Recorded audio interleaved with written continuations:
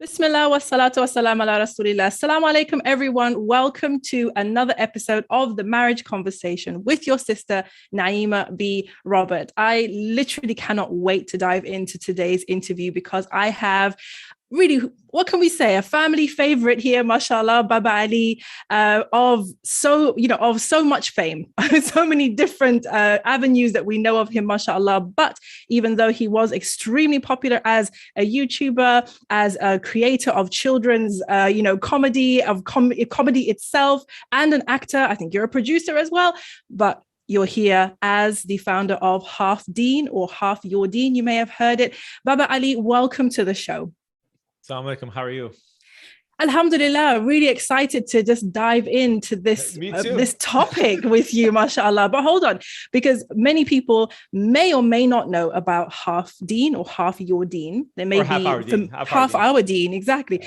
Yeah. So they may be familiar with you for lots of other reasons. So tell me, what are your credentials for being on The Marriage Conversation? Tell the people. Excellent question. So for many people, as you just mentioned, they know me from the kids' videos, or you know Baba Ali for doing 15 years of stand-up comedy, or you know him for, he did the YouTube videos, right? Wait, if you actually go way back, the whole name Baba Ali came from the guy who designed board games. I sold games and they sold all around the world. And alhamdulillah, I sold out of every game that I produced, mass produced. So alhamdulillah, I was a successful board game person, successful stand-up comedian for 15 years, successful at YouTube videos, first person to do video blogs on YouTube, all these different things. So all those different projects that I went through, the one that is I'm most passionate about, and you'll see me talk more about on any type of social media platform, is Half Deen, and that's helping people get married. Many, many years ago, I was that same person. Of those people who are watching right now that are single and struggling to find your half, I was that person. I have coming from a family that are not practicing any type of religion, let alone Islam, 100% secular. In fact, so secular, I used to have idols. Yes, idols around my neck. And my parents said, that's fine. You can worship whatever you want as long as you get good grades in school. That's how secular my parents were. Okay. Worship even another stone if you want. Get good grades. That's how secular. And nobody, even bad Muslims, they don't do that. Like there's a line you don't cross. Like, you want to do shirk? No problem. As long as you're a doctor, do as much as shirk that you want. So long story short, when I accepted Islam, I went through a very difficult process of trying to learn about the true Islam, no culture. At the same time, when I want to get married, I couldn't go through my parents, obviously. Couldn't go through my friends. As much as many of us love our friends, they're not the best matchmakers. They're like, why would you think I'll be interested in him? And then you go through your local Muslim community. There's not much going on.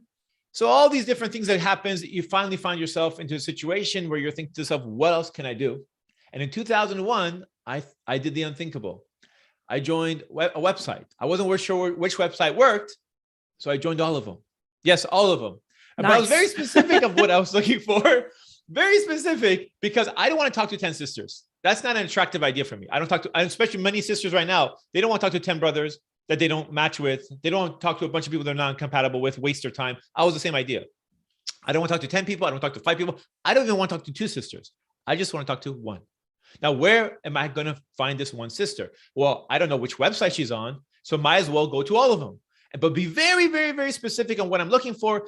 I put it in my profile and I say, okay, if 1 sister responds, that'll be a big deal because I don't think anyone's going to respond. Maybe 17 sisters responded. When 17 sisters responded, I knew something was wrong because this is not a handsome guy. I have a gap between my teeth. So I'm like, okay, there's something off here. There's no way 17 sisters falls for this guy. There's something off. I don't have a job.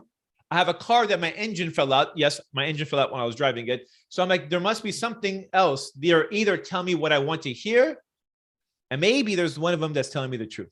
So I came up with my own system that I came up with that to separate those who are telling me the truth versus the ones who are telling me what I want to hear. Many sisters who are listening to this right now, many of you are wondering, how did you do that? Because I'm talking to somebody and I can't tell if they're the right person or not.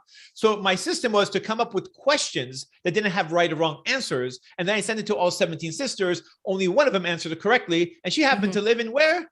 In London. And I live in Los Angeles. So I'm like, wait a second. She lives all the way across the world. I was expecting to live in California and that would be so much easier. And what background is she? Oh, she's born in Kenya. But you're born in Iran, and that's don't really mix either. 2 different ethnicities, 2 different skin colors, 2 different backgrounds, 2 different everything. But maybe she's my other half.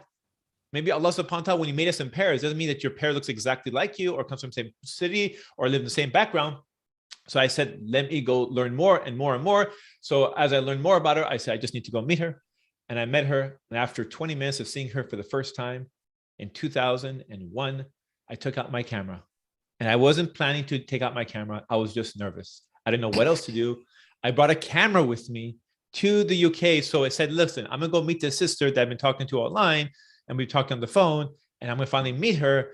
And if things don't work out, at least I take a nice trip to the UK, show my friends what London looks like. But with my camera with me, and I'm sitting in, for those who are familiar with London, Hyde Park, she's sitting on a bench. I have nice social distancing gap way before the coronavirus even existed. And there's a huge distance between us. And what happens is I am speaking to her while she's sitting down. I am standing. It looks like awkwardness, but everyone non-Muslim in a crowded park, for those who are familiar with Hyde Park, is very, very busy. So not alone. And we're talking. And after 20 minutes, I knew she was the one. So I took out my camera and she was so nervous. She's like, what are you doing? I said, just in case this works out, one day we might have kids. And those kids are going to ask, how did you meet mama? I want to record this. From that moment, today we got married, which was 9 days later. We didn't even plan to get married. We just meant to meet each other. I recorded a documentary, a 2-hour documentary, which I gave her 5 years after marriage. And you know what my wife said when she got the documentary, which had a DVD cover, had the whole thing, everything from A to Z. It looked like a professional movie. She said, yeah, I'll watch it later. What do you want for dinner? Oh, that's my wife. So my wife is super down to earth. Is the hardest person in the world to impress. And that's who grounds me, alhamdulillah. All this success you see, all the stuff you just mentioned as my intro, Baba Ali this, Baba Ali. None of the Baba Ali exists without my wife.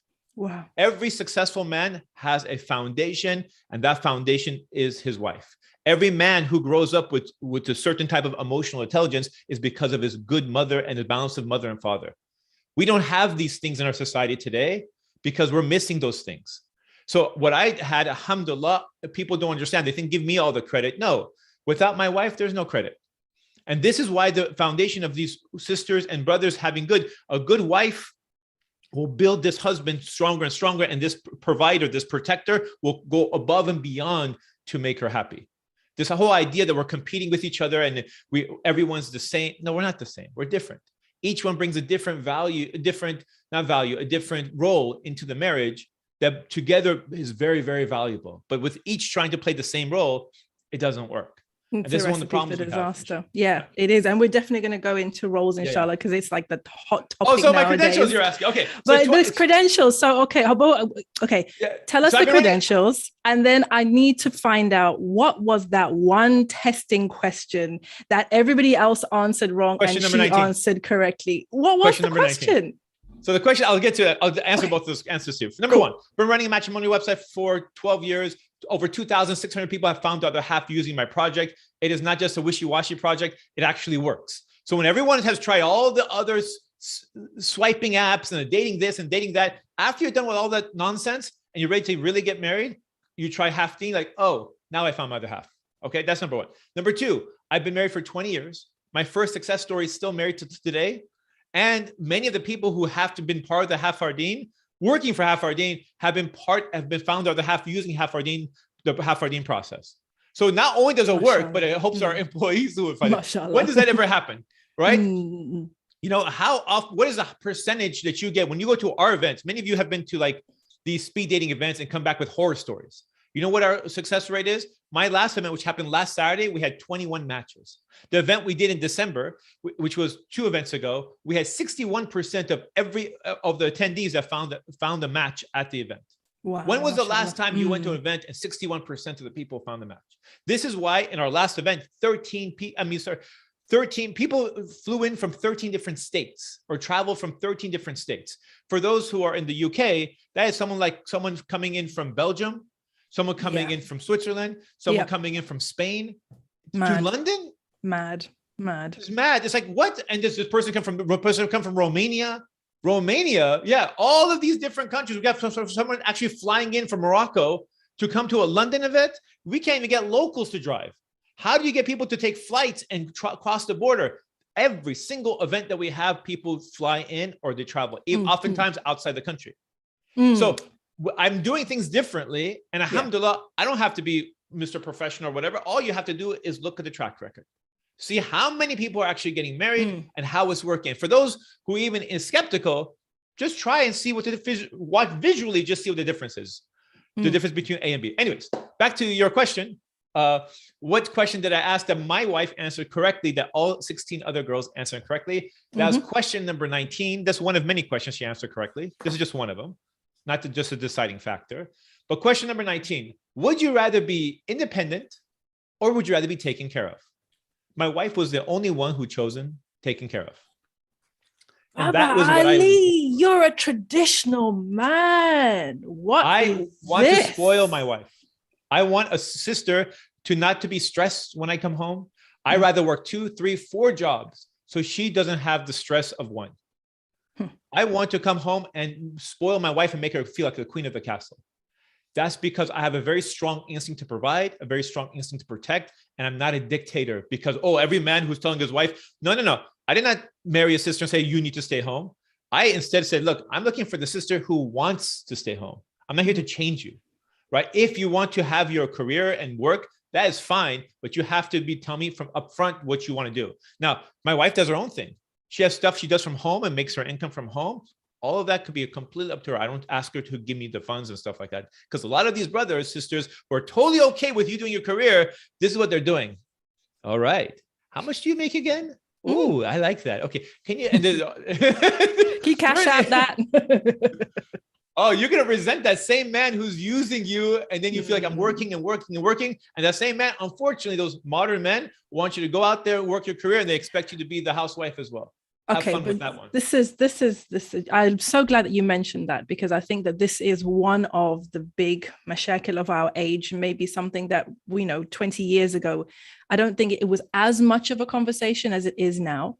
But this issue of sisters not wanting to be dependent on a man, either because their family encouraged them to get their own, independence, whether financially or have a career or whatever, or because of the society and because of the societal push for women to be independent and to be that strong, independent kind of, not stereotype, but that strong, independent woman, right?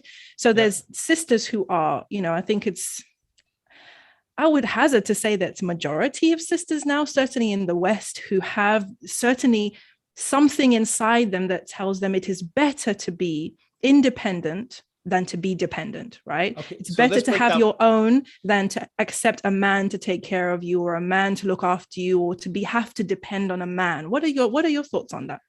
Okay, so let's talk about independence, the word itself. So what the word means to a woman means different than a man. When a sister says a certain thing, it means something completely different than when the man interprets it. So women get advice from other women. Say, oh, you have to do this, you have to do that. And just because another sister gives you advice doesn't mean that she understands how a man thinks. It's her interpretation, her view. Just similarly, there's a lot of brothers who give very bad advice to other brothers who are looking to get married. Many sisters know this. Like, I'll give you an example. Many brothers do not dress up to come to matrimonial events to meet a sister. And many sisters are confused. Why are these brothers not dressed up? Why am I dressed nicer than the person I'm speaking to? Is because men give poor advice to other men, saying that if you dress up for her, it makes you look desperate. Yet I have never met one sister, Salafi or Sufi, conservative or liberal, who's ever said that if a man dresses up very nicely to meet my parents or to meet me or to come to a matrimonial event, I consider that desperate.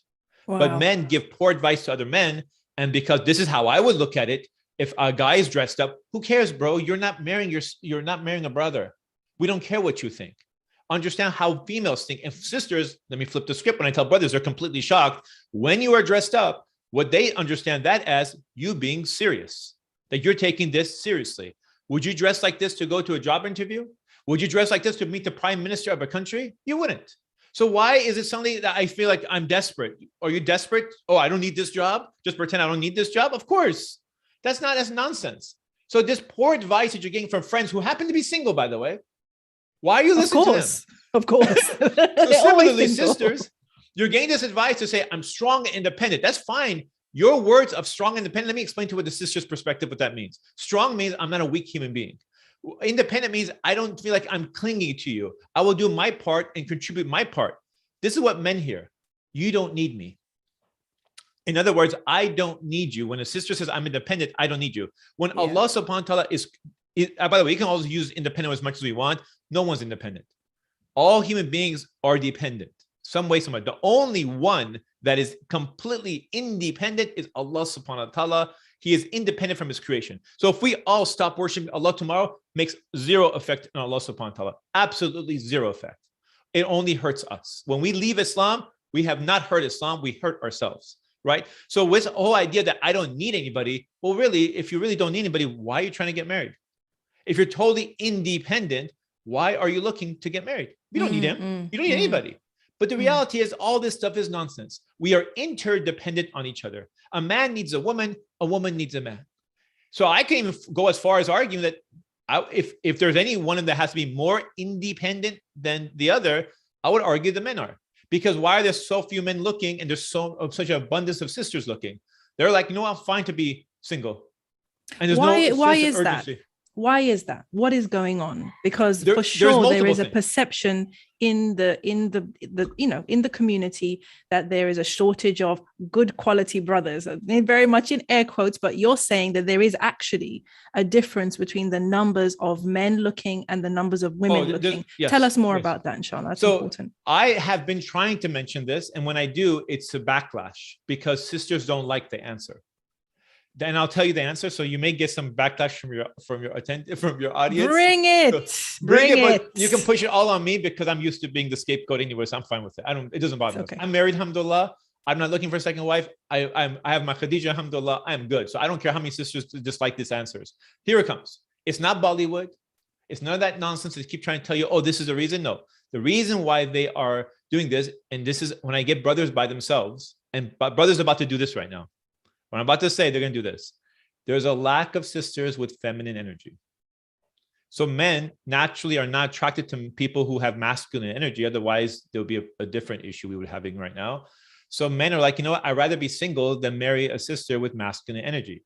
The second issue is that a lot of sisters don't understand what feminine energy is. That itself is problematic. Mm-hmm. If I have to explain to a woman how to be feminine, that is like a woman having to explain to me how to be a man.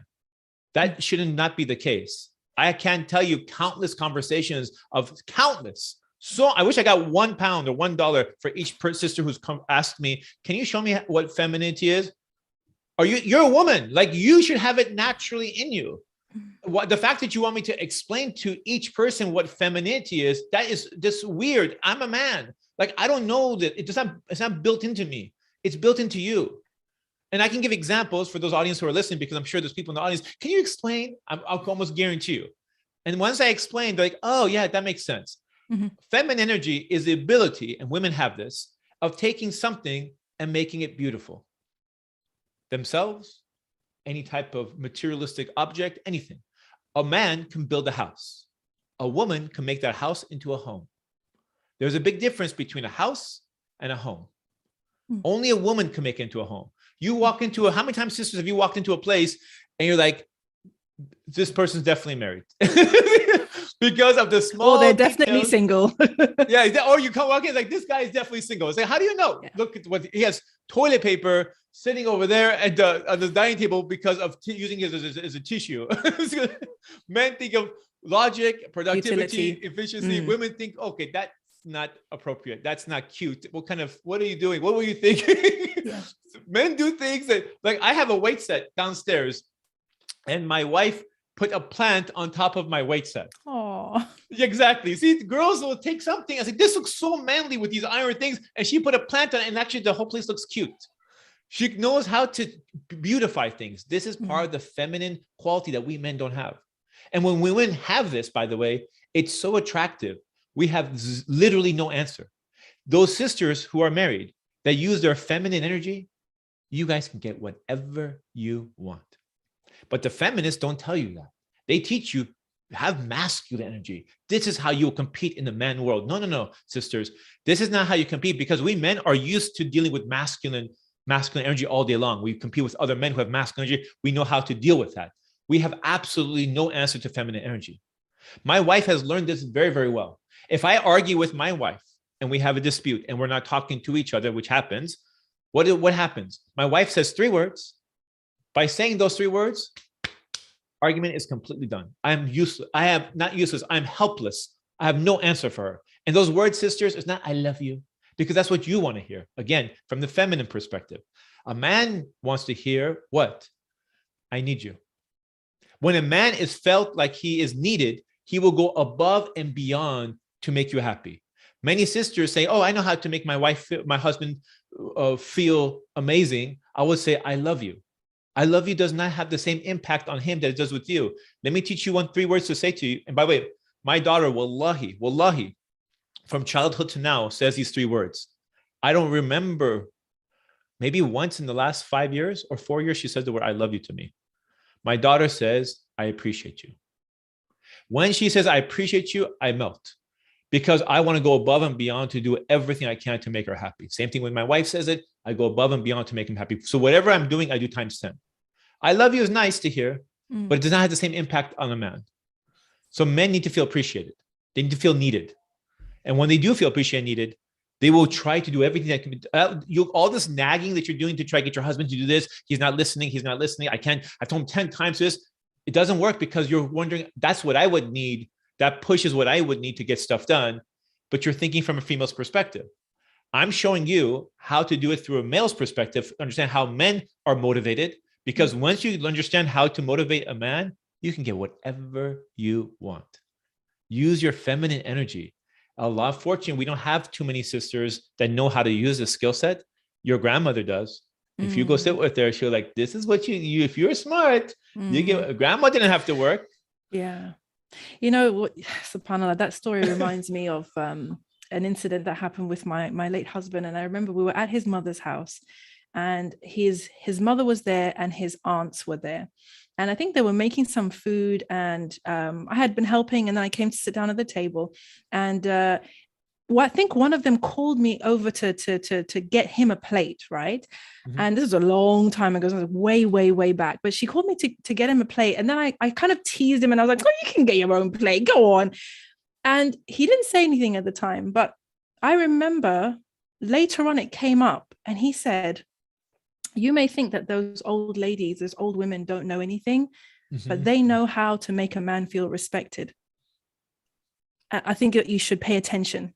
And I was like, oh, okay, you're trying to tell me something. But, I think, when you talk about, femininity and feminine energy, I think that there is definitely, it's almost like a lost art tuning into that, because I do believe that through the school system, through the society in general, we are now raised in our masculine, which is the competitive, the drive, the push, the winning, the achieving, the making, pushing. And it's very, very difficult to understand that that's not the way to win. Yes. In general. And then how to actually win, as a woman, and be able to kind of, because feminine energy is leaning back, is receiving, it's accepting, it's soft, it's yielding. It's not the pushing that we learn all the time, right? So, okay. So my question is, I think that's something I would go on. You just hit a very good point. You have to know when to press that switch on. If you're a corporate, you have your CEO, you're a CEO of a company. You have 15 employees. You have to put your masculine energy, because I have to fire somebody who has kids. Yeah. I have to do this. I have to do these things that are not quote unquote feminine energy. You have to do, but you have to know when to turn on and turn off the switch. If you're an employee and you work for a company, you don't bring your masculine energy. I'm going to tell him what to do. My employee. No, everything your male employer is telling you to do, you listen. It doesn't matter if, this and that, it doesn't matter. If he says, I need you to be here early, you get there early. If he says, I need you to do this project, well, that's not part of my job. You end up doing it. Where's the whole masculine energy and feminine energy there? You are now receiving, and you're fully accepting. Otherwise you can leave. Right. So we have no problem with that. If a police officer stops you and asks you for identification, are you receiving or getting? You are, you have to be acceptable. You have to be submissive or whatever. You have to be listening. It's exactly that. It's exactly. And you said the word, you said the trigger word. Alhamdulillah, I'm no longer triggered by this word, but I know for a fact that there was a time when someone, especially a brother, says the word submissive. What? It's like, how dare you? And I remember I was chairing a conversation about the fiqh of marriage, and the brother dared to say submissive. Oh my God, the chat went mad. The chat went crazy. Sisters were like, how dare this brother, come with this language, and he's this and he's that and he's that, and misogynist, and all of this stuff was being thrown at him, right?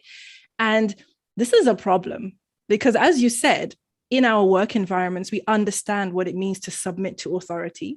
Yes. When it comes to obeying rules, traffic laws, as you said, policemen, officers, whoever, we understand what it means to submit to authority. Yep. But when it comes to our husbands, even though Allah subhanahu wa ta'ala has given them a right over us, yes, far more than our boss, the policeman, even the ruler of the country, right? We can't take it anymore. We're Muslim women. We cannot take this anymore. What's going on? Well, if you listen to your boss, can you enter in any gate of Jannah? If you listen to the police officer, can you enter any gate of Jannah? Not. All of these people, by the way, sisters who are listening, these men that are in your life, these are tests by Allah subhanahu wa ta'ala. There's no coincidence. Allah subhanahu wa ta'ala handpicked each person in your life. The father, your brother, the person you married. There is no coincidence. Allah will never test you with something you can't pass. And this person that you are being tested with, and sometimes they push you so far, could be your ticket to Jannah. And no matter how bad your situation is temporary. Now, with all that said, for the men who are listening, we were talking about feminine energy. Now let's talk about masculine energy for 1 second. Yes. When you do use your masculine energy, and by the way, sisters have no attractiveness. I don't care how many times the sisters want you to be, show your emotions and you're emotional. I don't care about all that nonsense. Women want masculine men. They want men who are strong instinct to provide, to protect, and what is masculinity? Ability to take on more stress than she can. I know sisters may be triggered with that. No, take care of business. Take care of business. Yes. Learn to lead. And when you lead, what does a good leader do? A good leader puts the people who are following him ahead of himself. Not a bad leader uses his power and abuses it. So when I am the leader, and I am the leader, and I have the final say in my house. Yes, sisters, you can get triggered if you like, but I have the final say in my house. With all this final say, every single woman in my house listens to me. Every single woman. My mother listens to me, and she lives 3 hours away from me. Everything I tell her, she listens. I tell my 2 daughters, they listen. I tell my wife to listen. Why? And if you ask my wife, wallahi, if you ask my wife and ask her this question, I'm saying wallahi, I have to fast for 3 days if I'm wrong here, is that if you say, has Ali ever used his power for his advantage and against in disadvantage for you? She'll say, I don't always like his decisions, but she'll say, every single time we come first. Because of this, they know, okay, this is our leader. He sometimes going to make decisions that we don't like, but we know he has our best interest in mind. But he never uses it that advantages for him. In fact, I never come in the advantage of these situations. For that same reason, because of being a good leader, masculine energy, my daughter is like, Baba, how come when you wake up for breakfast, Mama has this plate ready for you and has fruit ready for you and juice ready for you? And she says, Ali June is Ali, my dearest. How do you get Mama to do all this stuff for you? We don't even get a plate. We're like, hey, the plates are there if you want to get something for breakfast. You're like the king of the house. And now you don't even tell Mama a word. Yeah, you don't say, go make me something. You've never have to tell Mama, make me something. I don't. So how does it work? I said, when you treat her like a queen, she wants to treat you like a king. I can't say, I expect this and I expect this. I go above and beyond doing those small things for my wife without her asking, brothers. My wife drives her car and she's low on gas. If I see her low on gas, without her having to ask me, go and put gas in the car. Go wash her car for her. She has to take care of 5 things today. Take care of 3 of those things.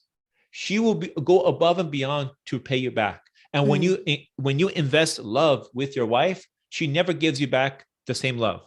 She always multiplies it and gives it back.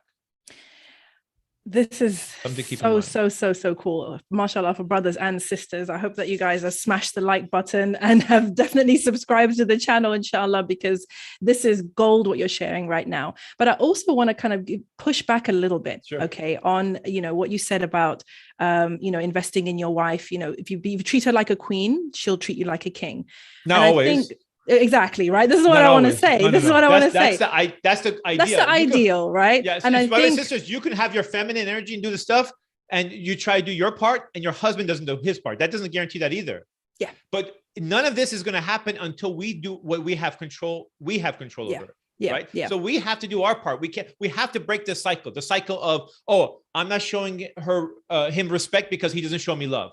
Or I'm not going to show her love because she's not showing me respect. Somebody has to break this loop. And once you break that loop, now you open the door of possible solutions. So I can't control what your husband does or what your wife does. All I can tell you is what you can do. And then you ask Allah subhanahu wa ta'ala to open their hearts and open. But as long as you're in this loop that's going around, nothing's going to change. Yeah. And that's what I mean. So I have to do my part. Now, that also depends on what type of person you married. This is no, because that's the point that I wanted to make, is that you made your choice. Yep. You chose the woman that was in line with your program, with what you wanted, because you wanted to be a provider, you wanted to be a leader, and you wanted to make sure that your wife wasn't trying to do that or trying to kind of be involved in that, and that she was basically, you guys were on the same page. So if it sounds to me like the raw materials were there for you to be on the same page and to have an understanding of the roles within your relationship. But you know, what happens if you are not choosing on that basis? Or as you're saying, brothers are struggling to find sisters who are on that page. So I really want to kind of go back to that point that you made about so many sisters being on the apps or on the websites looking, and so many brothers just opting out. Then you said that the reason for that is that basically the brothers are like, it's not worth it. Well, one of the reasons is it's not worth it, you know, because it's just, this is not the kind of marriage that I want to see, or I want to have for myself. I'm not interested in that kind of woman, or whatever the case may be. What are some of the other reasons why there's so many more sisters looking than brothers? Well, another reason, there's many. The next reason is that if you go to most Western laws, they are in favor of sisters, not brothers. So if a man, if 75% of all divorces are initiated by women, if they have a college education, it jumps to 90%.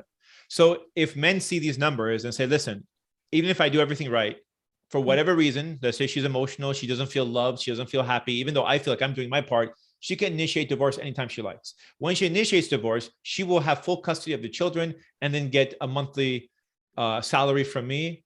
And I have done nothing wrong. In fact, she can have infidelity, get pregnant by a non-Muslim man, and still collect money from me and take my children away from me. She can have drug abuse, which you've had people here in our people that I've interacted with, women dealing with a lot of really, really bad stuff, including the exact example I just gave you, and all these negative things, and they can take everything from you. So when you see your friends suffering from this and experiencing these type of things, and all the laws are set against you, even if you did nothing wrong, is now pushing you away from marriage. You say, what, this institution is not an Islamic environment we're living in. It's a non-Muslim environment that says, okay, women, you have full rights. Men, you have very little. So again, it's already hard enough to get men to come and look to get married. So what is the incentive for men to get married? You know, and then the third step, a lot of sisters said, hey, I'm going to focus on my career. I'm going to get married when I get older. That's fine. So why do women want to get married? Well, I want companionship. I want to feel loved. I need someone to take care of me. I need a provider, protector, blah, blah, blah, blah. Men are not looking for a protector, a provider, a good leader. They don't care about any of that stuff. That's why when you come in and talk about your education and your career, and you're like, oh, why is he not responding? He must be intimidated, blah, blah, blah, blah. You don't understand. So what happens for men is, like, we don't look for that stuff. Men are attracted to three things. They're attracted to beauty, they're attracted to youth, and they're attracted to fertility. Those are the three things they want. Well, if you're past your fit, feminine, and friendly, is it? And fit, feminine, and friendly, yeah. Yes. You tend to be less feminine and friendly when you become more bitter because a system is against you, because culturally Muslims are surrounding you, which made your life 10 times harder getting married. It's hard to be very happy and open and be positive when all this negative energy is surrounding you, when you're around other people who happen to be bitter and frustrated about the process as well. And by the way, before everyone gets mad at me, I didn't create this process. I didn't create the culture. I'm not even cultural. Neither is my wife. I don't believe in all this nonsense to classify sisters. This is a divorced sister, so she must be something wrong. I don't believe in any of that stuff. On half deen, by the way, you can't even, your status doesn't show. So if you happen to be divorcee, men can filter you out like most websites, they just press the filter button. They never even see you. On Hafteen, they have to see it. I understand that there are certain things that we do to filter people out and never even give sisters a chance. I do things that other people don't do. Like most websites, they'll put, oh, let's put a cute Pakistani couple together. Oh, let's put a cute so-and-so Somali couple together, or put whatever couple together. I went out of the way to make sure I make it look different. My main thing, if you go to my Facebook for Hafardeen, it is a mixed couple. I have a black sister and a white brother. I am trying to change the way that you guys look at successful marriage. And that's a successful marriage, by the way, one of our success stories. I am trying to change all these things that become status quo to change it. I'm trying to change the idea that divorced sisters are damaged. No, that's something that you just happen to experience. If you're a driver and you were hit by a car and you're in an accident, are you suddenly a bad driver? Because that's how I view it. Okay. So, I want to push back on this. On this, and I'll tell you why. Because you mentioned about people being on the apps and being out there looking and that not being able to be fit, feminine and friendly because maybe they're older or they've had bad experiences. Now, I can only say anecdotally because I'm not behind the scenes of an app like you are, but from hearing from brothers who are on the apps, the report that I've had is that a lot of sisters who are on the, kind of have been married once or twice, a lot of them have had, as far as they're concerned, traumatic situations, have been through. I remember one brother saying that he put it to something like 80, but he said, you are one of only 2 or 3 sisters that I've spoken to who has not experienced domestic violence, right? Allahu alam, this is what I was told.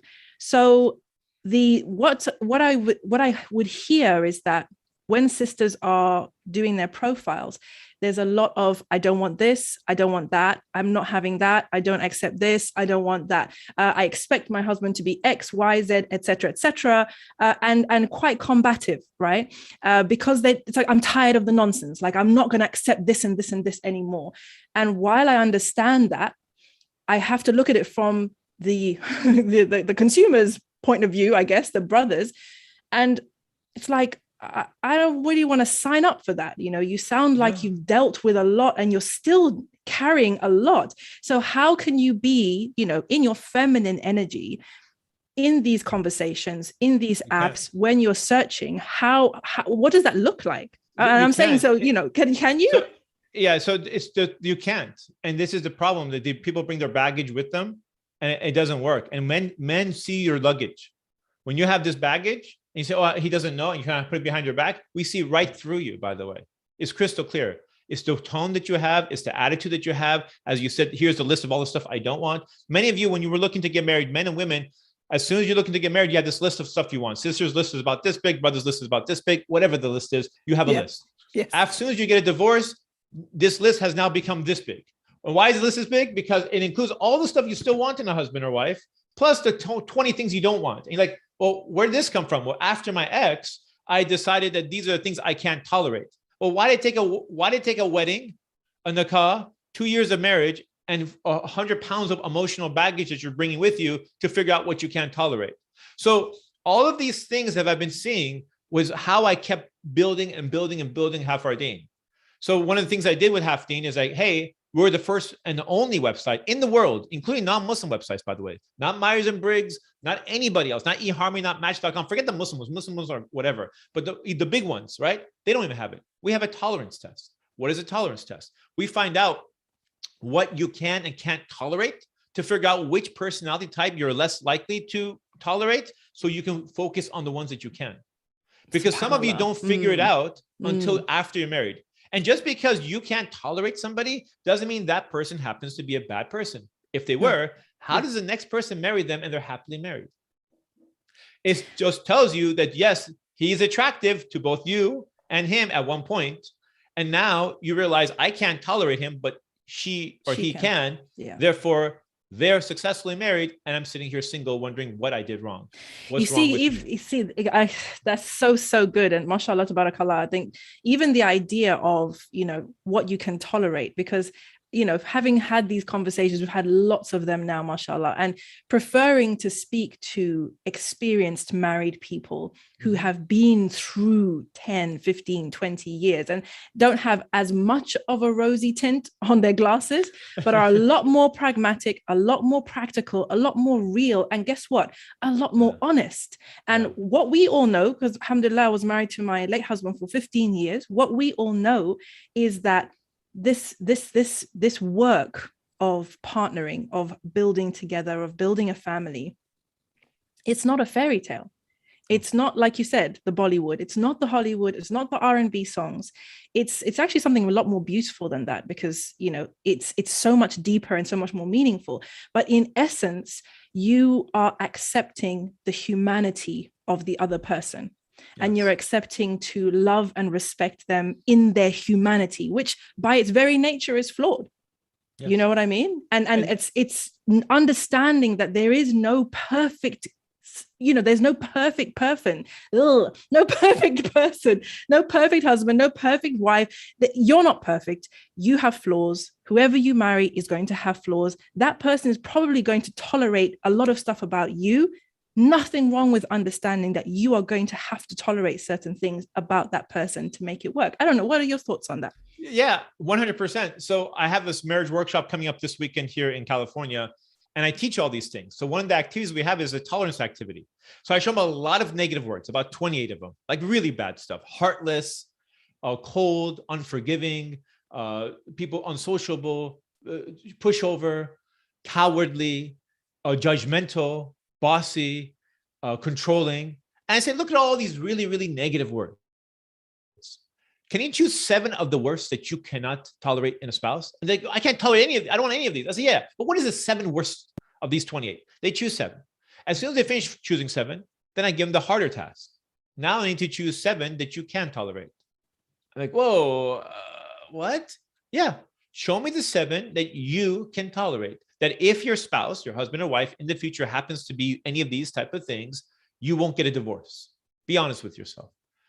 Like, and now for the first time in their life, someone's asking them to do something of the opposite of saying, hey, tell me what you're wanting in a husband and wife, because that's not how the whole thing works, right? It's not what you're attracted to, it's what you can tolerate. Attraction will get you married. Tolerate will keep you married.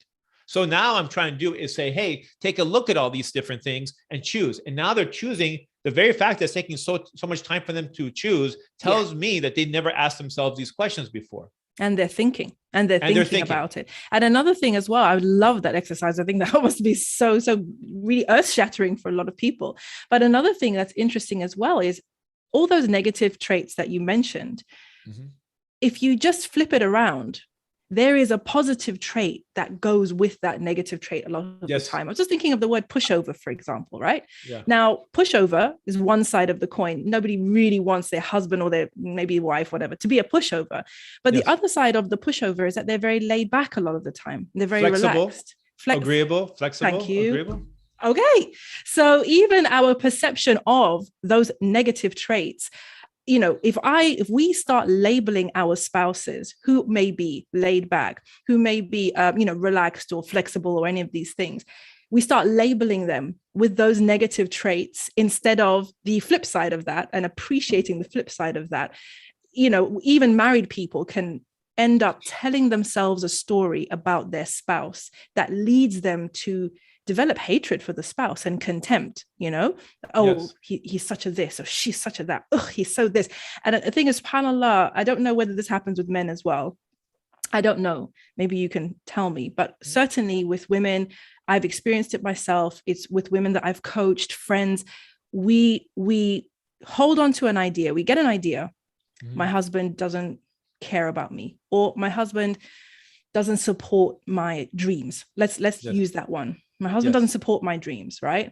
And our evidence for that is maybe you wanted to go for a weekend training out of town, and you told him about it, and he was like, to be honest, I don't think that's really going to work because I've had a full week of work, and this weekend I really needed to do X, Y, Z. I won't be able to stay with the kids, so I think you're going to have to take a rain check on that.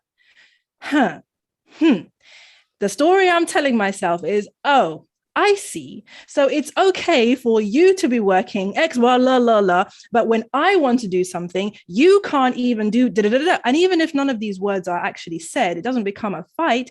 This is the conversation in my head.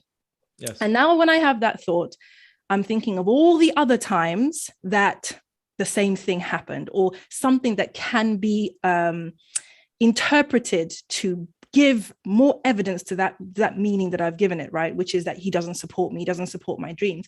And then we start to spiral until we get to a stage where that is the truth.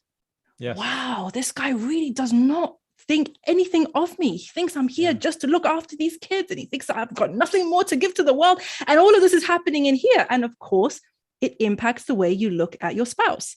Because now the story you're telling yourself is that this is your adversary. He is your enemy. He's not your supporter. He doesn't appreciate you. He doesn't see you. He doesn't love you, and all of this stuff. And of course, it then comes out in your actions. But I don't know, does it happen to men, or is this a woman thing? It does. Okay. Well, it does in a different way. So the way that we men view the world is like when we see like I've asked this question many times. I have yet to have one sister to agree to this, to my little proposal. I said, if we flip the script for one moment, and we say, sisters, how about you get to final say in any relationship? In your marriage, you get to final say. So if there's a disagreement between you and your husband, just like the husband has to listen to you and hear your feedback, you would have to listen to his feedback and his thoughts, what he thinks. And then after the very end, you make the final decision. Would you like that? Yeah, I would love that. Fantastic. All right, let me just tell you the one little caveat to that. We men, first of all, don't have this option. No one, Allah subhanahu wa ta'ala has never asked us men, would you like this option or not to be have the final say? Would you like to be the leader? No, you are the leader, period. You have the final say, period. And the little caveat that I'm telling you, you will be accountable on the day of judgment, period. For every single decision that you're making that I gave you power over, your wife and your family and your kids, you will be held accountable. Your kids, zero accountability. Your wife, zero accountability. So if men have the option, sisters, and you like this proposal, take this final say, and on the day of judgment, when you stand in front of Allah subhanahu wa ta'ala and you are being accountable, your husband's like, here you go. You're responsible for all of the final decisions. I'm responsible for nothing. And Allah subhanahu wa ta'ala tells your husband he can leave. You will be standing here and you will be punished or rewarded based on the final decision for every single decision that you've made in the entire 20, 30, 40 years of marriage. Would you like that extra accountability? I mean, do you maybe need some extra accountability on the day of judgment? I've yet to meet one sister that says, yeah, I'll take that extra accountability for the final say. Of course. It's obvious. So we men don't have that choice. Because nowadays, when we look at, authority, we see authority in terms of power, not responsibility, right? Yes. It's the power to control things, to make things go the way that you want, to have your way. It's a power thing, right? But what you're offering them is, okay, you want the power? Oh, but you know what Spider-Man said, or Uncle, whoever his name. I've forgotten his name. Yeah. What's the uncle's name? Because Uncle, I forgot. One who died. Allahu Akbar. Spider-Man's uncle, who tells him with great power comes great responsibility. What you're offering them, or us, is the responsibility that goes with the power. And of course, nobody wants that. No. Yeah. And you know what? I say no to that. Yeah. Or we flip the script as the example you gave. The man who has to go out and work and come back and say, when you can go out work, but when I want to go do, you know what? Let's flip the script for a second. Let's say, sisters, you guys work full time. We'll stay home. If you need something when you get home, we'll do the exact same thing you're doing. You go work full time. Whenever you come back home, we will take half of your money, if not more. We have access to everything. You have access to zero. So if I do software development, money, whatever on the side, I keep all that for myself. You pay for the bills, you pay for this, you pay for this, you pay for that, you do everything. And then one day I'm like, well, I want to go on a side trip to do some computer programming, self-development, something. And I know, I want to just let you know if it's okay for me to go and do this. I'll be gone for the weekend. And you're like, well, all the work that I'm doing as a female, you'll say, we're doing for you, for the whole family. You want to go and leave for 2-3 days that benefits you at my expense. And I have other stuff that's going on this specific weekend. This weekend's not the best time. And I said, well, I resent you for that. Just flip the script for a second. You're in trouble now. You're in trouble. Everything to you. You're in trouble now. Exactly. So it's kind of like you have to put yourself, and this is what we were talking about earlier, put yourself in the other person's shoes. Now, I know sometimes you're listening to this conversation, you're like, well, I have the exception. My husband, I understand. We're not talking about the exception. We're talking about in generality. These are the type of things we have to do, is put ourselves in the shoes of our wife or in our husband, basically in our spouse, and try to understand where they're coming from. Right. So the husband, your wife is saying, hey, can I go for the weekend? She's not thinking about, what you're going through or what your responsibilities for you. Like when my wife says, I'm going to go visit my family in London, I'm like, well, what about the kids? Like, I'm going to work. You have to think about the other side of it. Like, if you can figure out what's going to happen for the kids and who's going to take that, I can't just take a month off of work because you want to go visit your sister, right? It's for you, it's easy to do, right? If you were working and I said, look, I'm going to go visit my brother. We're going to go skiing together. You got to figure solution out. That's not fair for my wife either. It's being considerate of the other person and try to understand, do the best you can, obviously. That's where I think sometimes we're missing that piece of it. So let me get to the third thing, because you asked me the first two I gave you of the negative of why it's so hard for men, right? The third thing is the bar is raised so high that it's not realistic. So a lot of people, sisters, that are looking at these magazine covers and you see, wow, she's so beautiful and her skin is so perfect. And now you're on Instagram and you look at, wow, how she's skin is so perfect. She doesn't have any blemishes. She has nothing. But you don't realize there's this filter, this filter, this filter. The magazines have Photoshop, Photoshop, Photoshop, Photoshop. And now your app is all of these thousands of different apps that make her look something completely than what she does not look. So all of you guys are chasing something that doesn't exist. So now let's forward that to marriage. When you're on social media and you see the cute couple, the cute Muslim couple, the husband and wife are sitting next to each other and doing the cute jokes with each other. Yeah. Oh, you're so cute. The TikToks and everything. Yeah. You're honey bunny. We have our inside jokes and this is how we're perfect with each other. You watch them. When that camera turns off, they're fighting, they're arguing, they're doing it. They don't show any of the negative sides of their relationship. They only show the positives because realistically, this is as real as the sitcoms that you watch, as real as a reality TV show that you watch. They're getting views, they're getting the smash on the like buttons, they're getting subscribers, and they're getting paid by you viewing them. Nobody wants to watch the cute couple being major arguments unless you like the drama. They realize that we need to show ourselves as a perfect couple, and that's what they're selling. So what you're going to do is you start comparing yourself to these people on Instagram and these people on YouTube, and that life does not exist. Every single couple fights. Every single couple has disagreements. Every single couple does not see eye to eye, and you are being fed a false world, a false life, that something you're chasing, a unicorn that does not exist. Just like those perfect girls in those magazines, your skin will never, I don't care how much makeup and how much creams that you put on it, you will never be perfect because they're not perfect. That same girl, if you see in real life, she doesn't look like that. Because in real life, she has no filters. She has no Photoshop. She has none of that nonsense. So just as you came to the reality that this doesn't exist, you have to realize that this marriages that they're trying to portray don't exist. Even the Prophet ﷺ, the man who has the highest level of Jannah, who had married to the mother of the believers, he had his disagreements with his wife.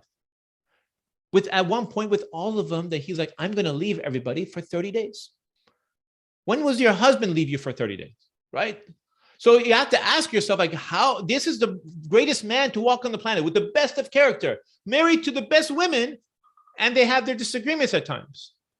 So this is the challenge we have sometimes, and this is the thing that we kind of forget. We're chasing something that doesn't exist. So some of us are married, and we're like, wow, why is everybody having like a perfect marriage except for me? What's wrong with this? And what happens is they're not showing you the negative side. I want you guys to, here's a good exercise to think to yourself for one moment. When was the last time, you saw this couple and then it surprised you that they are getting divorced? The very fact that some of us are oftentimes surprised that X and Y are getting divorced tells us there's a lot more happening behind closed doors than what appears in front of us. And marriages are like this. We look at each couple like, why is everyone's marriage so perfect except for ours? Because me and my husband or me and my wife are always fighting and disagreeing.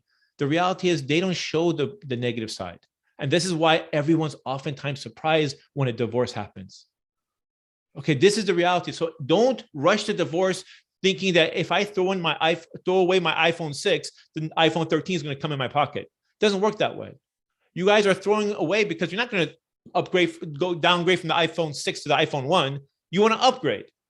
But you don't realize that just because I throw something away, a marriage oftentimes, something else is not waiting for you. Nobody's waiting for you. The only one that's waiting are the people looking to get married. It's called the waiting list. and join it. If you want to get divorced for small things, not infidelity, not abusive, I'm talking about those small divorces. Oh, because I'm not happy right now. I agree or with you. because he said this or she said that. Yeah, I agree with you. You will join the waiting list like everybody else, and there's nobody waiting for you guys. No. Nobody's coming to marry you guys in those situations. And I'm giving you the reality check. I'm a guy who's been doing this marriage thing for 12 years. Thousands and thousands and thousands of people I've interacted with. A lot of people are living in the la la land that, hey, as soon as I get divorced, because my husband's not perfect, he doesn't have 13 check boxes, he only has 11, or my wife doesn't have everything, I'll have another sister waiting for me. Good luck on that, my friends. There's nobody waiting for you. Everyone who's looking to get married right now, go ask them how easy it is to get married. You'll be surprised how challenging it is. All these married people who think the grass is greener on the other side, you need to have a real big wake-up call. Just talk to your single friends who are looking and ask them how easy is the landscape. You'll be surprised. It's far more challenging than it is. It's the Wild West. That's what I always say. It is like the Wild West out there. And it's not like it was 20 years ago. It's nothing like that. As you said, there's the proliferation of apps and websites that give you the illusion of choice, which I think is a big mushkila. I think the way that we're encouraged to kind of judge people on appearances, it doesn't help, because if a brother doesn't take a good picture, swipe, right? If he's not the typical look that you go for, swipe, right? Similarly with the sisters, right? I'm sure that brothers do the same thing. Big time. Big time. Right. And then the expectations that we have, the fact that so many people have now already been through a marriage or two and may have children in tow. And so I don't want to say baggage, but you're carrying stuff, right? You're not just free single, just like swinging your arms cool and like, yeah, let's go. You've been through some stuff and you have some of that with you. It's like what the brother Nasir says about check-in baggage and carry-on baggage. But my point is that, check-in baggage is cool. Like check-in baggage is the big stuff. And you want to have dealt with that before you start looking. Yeah. Carry-on baggage is fine. It's baggage that we kind of all have. It's not a problem for your spouse, your new husband or wife to kind of help you carry that. They can easily take it, put it up under the seat, whatever. It's no problem. But it's the check-in baggage that nobody wants to have to deal with, right? Because it's embarrassing and it intrudes. Anyway. So Naima, that brings us to, you just mentioned the final point of the 4 reasons why it's so hard. You've been reduced down to a picture. See, when I was looking to get married, as messed up as those websites were before, there's more. I was like, how can it get worse? Oh, we found a way to get it worse. We took your eye color, your hair. This is back when I was looking to get married. You would put your eye color, your hair color, your height, your weight, your skin color. Unfortunately, many people still use skin color. All these different things. Your profession, the biodatas. Your biodata. It was like buying a used car. Yeah. Oh, what color, what model, what mileage? All this, like, that's not how you pick a wife. And back then it was so messed up. Today, they removed all that stuff and just reduced you down to your picture. So if you reduce you down to just a picture and a 1-second decision, everyone knows that, hey, I'm not getting clicked on, so I need to put more filters. Here's a picture of me 5 years ago. Here's a picture of me in the perfect angle that doesn't show that I'm 40 pounds overweight. Here's a picture of me that this and this, and this guy looks like your son. This doesn't look like you. It's like, yeah, this is a picture about 9 years ago. It's like, what? So, and obviously, some people are disappointed when they see each other because these apps have reduced you down to a picture. And what happened as Muslims, we decided this, by the way, this is part of us problem, is we copied non-Muslims dating apps. A date, for all those who are not familiar, is a 3-hour relationship. It's a relationship that's completely temporary. No non-Muslim will tell you this is a permanent relationship. So something that's designed for dating, a 3-hour restaurant and a movie, and you're finished. And whatever fitna happens that night is no consequences required. What happens is we Muslims decide, you know what, let's just copy that.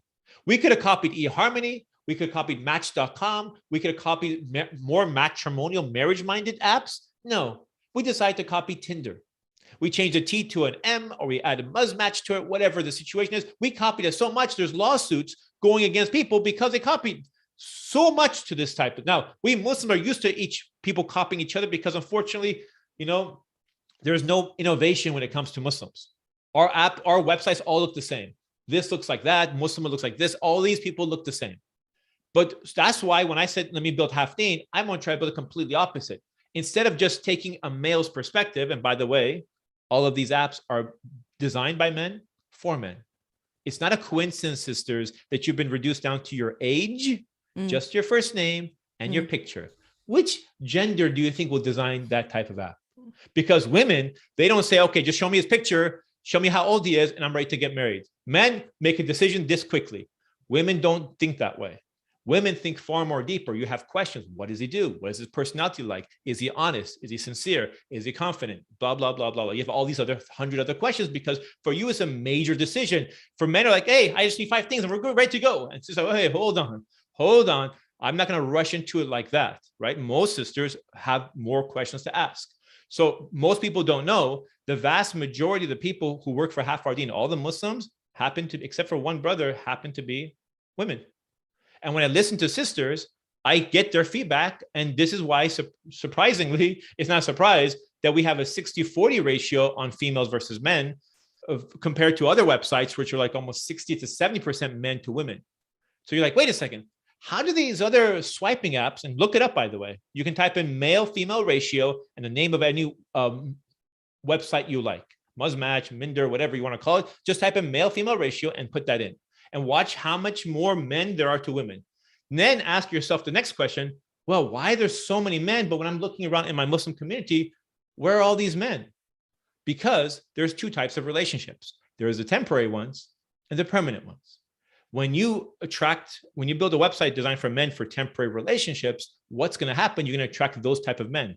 And this is why some of you come back and say, what's wrong? I keep coming across these men who want this, and there's this and this, and they want 50-50. Yes. Because this is what's going to attract. You put a certain type of bait and put it as a fish hook, you're going to catch a certain type of fish, right? If you put a different type of bait, you won't catch that type of fish. You'll find other type of fish. That's what I said I need to do. But because my fish is more rare, which fish am I talking about? The marriage-minded Muslims, the Muslims who want to be providers and protectors and this, they're not going to be in abundance. I'm not going to have majority of those people. I'm going to have a very difficult time finding these people, but I only want those people. I don't want 1 million people.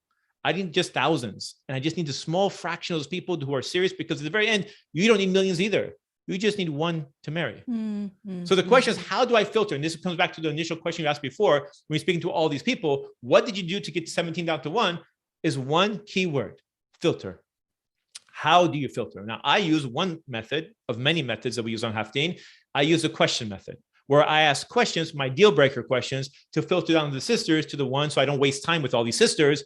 I don't want to go through the whole process for every single sister. I'm going to ask you some deal breaker questions. If you answer them correctly, then I will spend my time with you.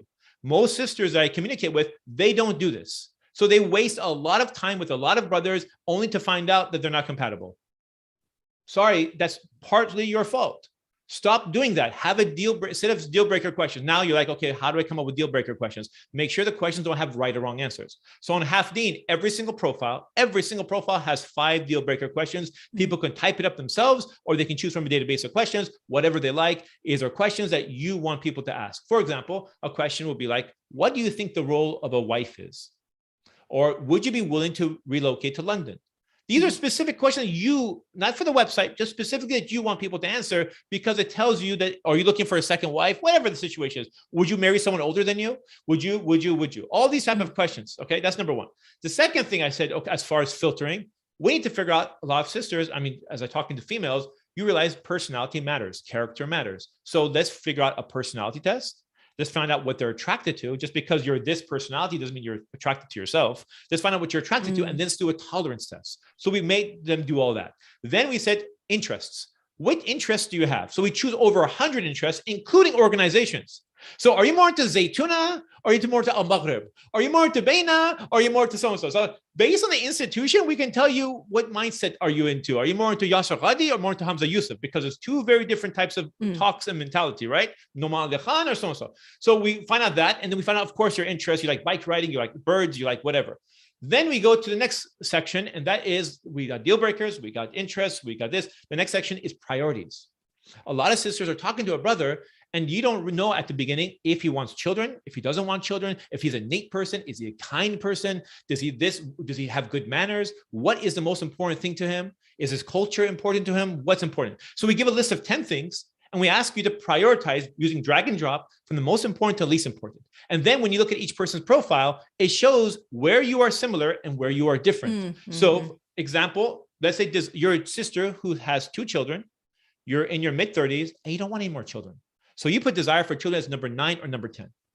Then when you look at the brother's profile, everything looks great. His personality looks great. And you see desire for children is number 1 for him. Then you're like, oh, either this is a no, or we should definitely need to have a conversation. So you know what to talk about. Yeah. And then finally, quizzes. We ask 158 questions to people, and we break them down to category, from religion to culture to finances to gender relations. Like, can men and women be like this together? Can you like this? All kinds of things, to parents, to the way you want to raise children, to even food and desserts. Like, what is, and then every person you click on, it shows your 20% match on lifestyle, 44% match on religious views, 88% match on this, only 2% match on this. And then you can click on the actual quiz. You'll see exactly where you think alike and where you think different. Like, she wants a pet and you don't. You're like, okay, maybe we should talk about this. What kind of pet do you have? Is like a cat or like a bird? And she says, no, a rattlesnake. You're like, okay, we definitely need to have a conversation about this. So what are we talking about? So by seeing the differences of every single person and taking all of this data, it calculates what your compatibility is, and it predicts what will make you amazing together, what type of challenges you have, and it predicts chemistry. Wow. It tells you if you're a good match for them, and maybe they're a bad match for you. Right? So it's just because you're good for them doesn't mean they're good for you, and vice versa. How do you predict this is done chemistry via quizzes? How do you predict chemistry in this system? How does that work? So we look at everything. We look at your location. We look at your first language. Like if you look at your age gap. So certain things will give you more points. Some things will give you a gap. So if I have a 20-year age gap, they'll get negative points for that, because obviously you're 2 parts of your life. If you happen to be in the same location, you'll get extra points for that, because you're culturally, even though you may be Pakistani or Arab or Somali, if you're both raised in London, from the Bay Area or something, you're a mix of that culture. Right. So you have some commonalities versus if you happen to be in London and I happen to be in some other part of the world that we don't have the same culture. If you're born in Morocco and this person is born in London, you're not raised necessarily with the same culture as you're growing up. So there may be some negative points for that. So you add the negatives and positive, negative, positive. We look at your personality. We figure out, are you the same personality? Are you opposite personalities? What type of personality have you shown us you can tolerate? What are you attracted to? And what are they attracted to? What they can tolerate? All of this is calculated. We look at your priorities, see how different that is, calculated. All 158 questions calculated. Here's the main thing, sisters. Most of you, main complaint is, how do I find brothers who are serious? Now, I ask you a question. Who is more serious? A person that I ask, okay, brother, just give me your picture, your first name and your age. We're good to go. Literally a minute. Or, brother, you need to sit down for 30 minutes and do all these quizzes, do all this, answer 158 questions, everything. That is a far more serious person to me than a person who spends a minute to do something. Because of all this commitment that I'm requiring for brothers, a lot less brothers will sign up. But the ones I do get, that is my first level of filtering. You know what I'm saying? Okay. So I want to ask you guys. I was just thinking to myself, like, I can imagine brothers saying, sure, man, what is this? What happened to answer all these questions? Like, what's this all about? Okay, so exactly, right? What you're saying is, as a male, I had to think to myself, all this craziness will work only under one condition. I got to get the brothers to buy in. So how do I get brothers to answer 158 questions? And for the sisters who are thinking to themselves, well, this sounds like a good idea, I'm going to send the brother I'm speaking to 158 questions. If you want to do that, you're going to see how fast he can run. Because if any sister, and I'm a guy who did this, if any sister sent me 158 questions, I can almost promise you I will not take that sister's, will not even speak to that sister again. That's how the faster I will end that conversation. We are done. Wow. And this is a guy who did this. I will not do it. I will not do it. So then why, you're probably wondering yourself, then how are you getting people to do it? Everybody is wondering this, right now. Okay. Everybody wants to know, how are you getting the brothers to buy in? It worked. Go on. I came up with 2 things and it worked. Number 1, I convinced the brothers, basically, answer 158 questions one time and you'll never have to do it again. So all this repetitive stuff you do over and over again with chit chat with every single sister, tell me about this, what do you want this, you'll never, ever do it again. Imagine brothers who think with logic and productivity and efficiency. Yeah. You do it once, you'll never do it again. Brothers like, dude, where are the questions? Because I don't want to do this with all the sisters. That's number 1. Number 2, Brothers, if you answer all 158 questions, do everything I'm telling you, you'll show up number one in search results when you sort by top members. That's what people pay Google to do. You do it on our website for free. All you have to do is put in the time and you get to show up first when sisters do a search. And guess what? Those same sisters want the brothers who are more serious to show up first anyways. Yeah. So it's a win-win for both sides. I don't have to convince any sister, not one, to do these type of things because they see the value. Love that stuff. No, we love it anyway. We love all that personality you quizzes and Yeah, and it's You see the value of it. Men don't see the value of it. They're like, hey, what's the minimum that I have to do? This is why sisters, when you go to profiles, most profiles say what? And this is even a half our deen. That's why I don't care about you and about my match. Because when you leave it to the person to do it, they write, we'll tell you later. Ask me. Looking for a wife. I'm looking for a good Muslim. How many sisters, by the way, who are listening right now, have wrote this? I'm looking for an honest Muslim who's good Muslim and who has a balance of deen and dunya, blah, blah, blah, blah. Do you know what that means? Do you know what balance of deen and dunya means? I think it means basically like you are religious, but you ain't broke, okay? You're religious and you pray, but you got money, okay? So that's the balance of deen and dunya, subhanallah.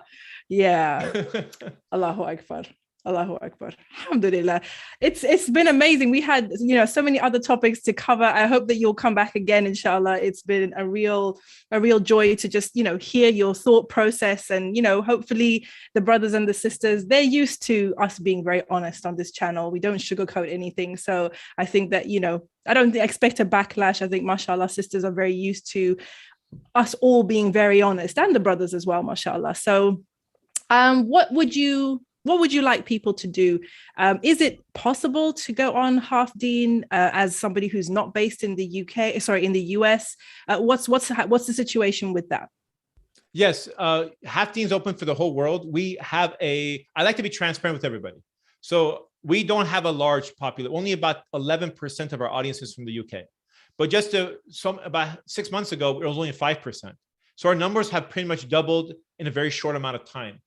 And another thing I'm trying to do is I want to make this whole dating app nonsense go away. I know this is attractive, especially for men.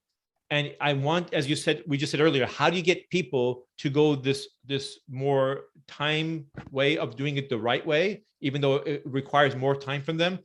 You have to build incentive. We can't just say haram, haram, haram. Even though I don't agree with the dating apps, they make it super easy. And just like the haram things we have in our lives, access to our lives, those are very easy. And when we make the halal difficult, then it becomes challenging. Just like some of our parents, they make the halal difficult. So the haram access is so easy, it makes our struggle even more difficult. So what I want to do, something different, is that I want to make the halal as easy as possible. So if you're in the UK and you're looking to get married, I'm willing to give you the entire membership for free. No strings attached. So I will give you your Half Our Deen membership for free, no strings attached, because I know what you've heard in the past. It's a free website. As soon as you join a website, you can't message anyone. You join a website, it's only free for 10 days. I'm saying an entire year. That's plenty of time for you guys to get married.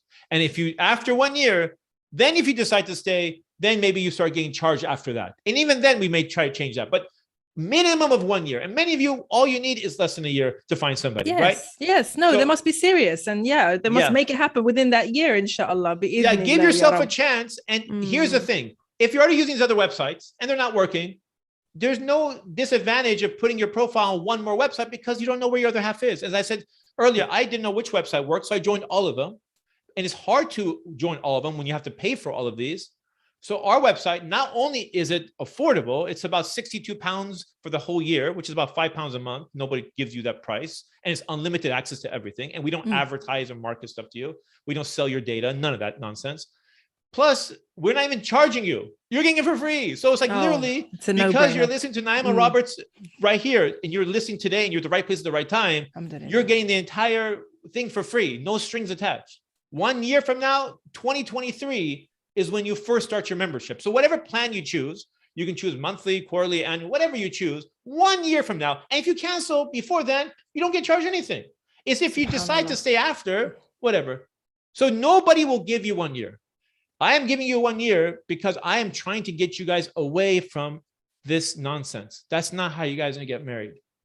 I can't guarantee you'll find your Half Our Deen, but it doesn't hurt to take something for free and maybe use it, at least maybe your future half may join the website next month, 6 months from now, 9 months from now. As I said, our numbers keep growing in the UK. And I want you guys, and if you do find your other half, the way you can repay me is just keep me in your du'as. And that we consider ourselves even. No extra, nothing else. I don't want donation. I don't want nothing. You hear me right now. I don't want nothing. If you find your other half and you use this entire free year to do it, just ask Allah subhanahu wa ta'ala for forgive me for my shortcomings. And that's it. We consider our balance even, inshallah. Simple as that. Subhanallah, Allahu Akbar. Guys, you've heard it here. You heard it here first. Baba Ali is offering all of you membership to his site, Half Your Deen. Half Our Deen. So half our Deen. Hey, Half Deen. I need to get that right. Just make it Half Deen. Simple. That's why I keep it Half Deen. Yeah, Half Deen. Half Deen is offering you guys a whole year's subscription membership for free to halfdeen.com. No strings attached. No strings attached. Full access. Nothing, full access. It's open for you. Now, I know my wonderful subscribers and the people who are regular listeners to the marriage conversation. I see y'all in the comments. I peep you. I know some of you are looking to get married. I know some of you have been looking for a while, for some of you for a long time. You have no excuse now. Go on to halfdeen.com, register for your account, inshallah. The more of you go and you tell other people about it, the more British people we can have on there, which means that the more chances that you'll find somebody who is more or less local to you. So I'm just giving a big shout out to Baba Ali for your generosity. Barakallahu feek. May Allah bless you. It's wonderfully rewarding work and we can all see your passion, mashallah. And just the heart, that drives you through this business. Amen. May Allah bless it for you, multiple times over. I think you've given the brothers and sisters a lot to think about today. And then you've also blessed them with this wonderful gift, mashallah. So we will link to that in the comments, in the description below. And we will definitely be telling all our email and, Instagram and everybody about this to encourage as many people as possible to take you up on your offer. But for now, could you just tell us socials? Is it halfdeen.com? Is that where people need to go? And how can they find you? You can message me on Instagram. I'll send you your link. I'll send you a specific link for anyone who wants it. Just I respond. You can find me as Real Baba Ali on Instagram, or you can message me on Half Our Deen on Instagram. I answer all those emails, inshallah. Just say, hey, Baba Ali, I was in Naima Roberts' podcast. I heard you're giving her people 1 year free and I love listening to her stuff. So here's your reward for listening to her work. This is another benefit of listening to someone, mashallah, that tries to do things differently. And mashallah, she's bringing different guests on her show. And you never know what you get when you listen to one of the guests. So today you're at the right place at the right time and you get something absolutely free. Literally 62 pounds.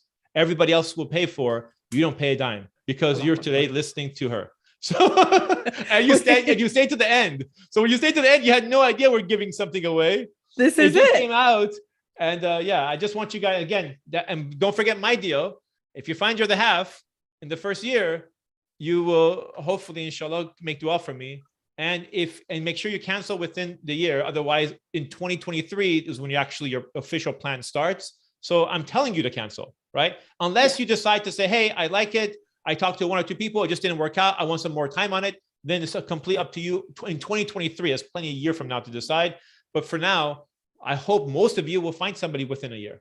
Inshallah. So you don't have, this won't even be a discussion. So it's not a 30-day trial and then I start charging you. It's none of that nonsense. Full access. You don't get like a limited access and then you have to have a premium edition. We try to cross and sell you more. No. You get full access like any other person who's paying full for it, inshallah. I absolutely love it. Barakallahu feek. All the details, links, etc. will be in the description, guys. Make sure you take advantage of it. All you singles out there, you don't have an excuse anymore. Okay, so please go on to halfdeen.com. Take Baba Ali up on his offer. Baba Ali, jazakallahu khairan, really, for a wonderful interview, discussion, so thought-provoking and really so real, mashallah. Hopefully, this will not be the last time that we see you on this platform. Bi-idhnillah, we will see you again. But for now, may Allah bless you and your family and all the work that you're doing. And we'll see you, inshallah, on the other side. Jazakallahu khairan. Welcome. Assalamu alaikum. And all the rest of you guys, you wonderful people out there, make sure that you've liked the video, that you subscribe to the channel and you hit the notification bell. Leave your comments below. What were the light bulb moments for you? What were your biggest takeaways from this conversation? And make sure you share this with somebody else who you care about. Until next time, this is your sister Naima B. Roberts signing out. Wassalamu alaikum wa rahmatullahi wa barakatuh. If you enjoyed that episode of The Marriage Conversation, why not watch another one right now? And be sure to subscribe.